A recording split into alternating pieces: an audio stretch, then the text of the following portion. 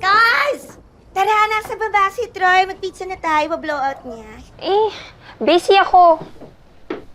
Hay nako, Kaz. Ano bang nahihita mo dyan sa mga pag-upload mo ng mga pantasya mo online?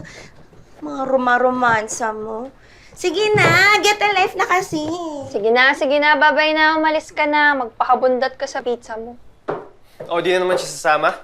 Busy daw siya. Nagsusulat na naman ng nobela. Oh, akala ko ba isasama mo sa lakad niyo yung pinsan mo? Eh, ayaw po eh. Nakababa doon sa computer. Bakit ba parang pagong natakot sa tao yung pinsan mo? Ever since the broken-hearted niyang si Apple, parang naging ilag na sa mga tao. Ewan ko ba sa loka-lokang yan? Sino yung lalaki? Kailan pa to? Medyo matagal na. Second year high school pa siya. Suddenly, she feels excitement in her soul. Her body trembles as she feels the heat, and her blood runs through her veins. As she slowly approaches, she knows that nothing will be the same. For the first time in her life, she will be truly alive. Apple, sumama ka na Rio.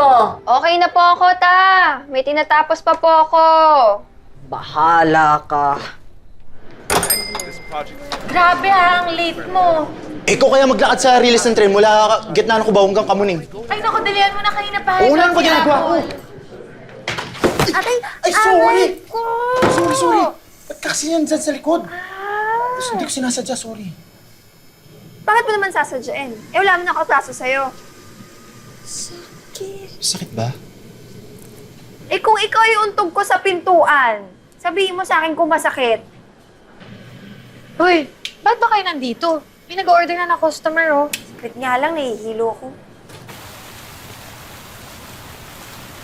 Hi, sexy! Ulul! Ito pa, tama to.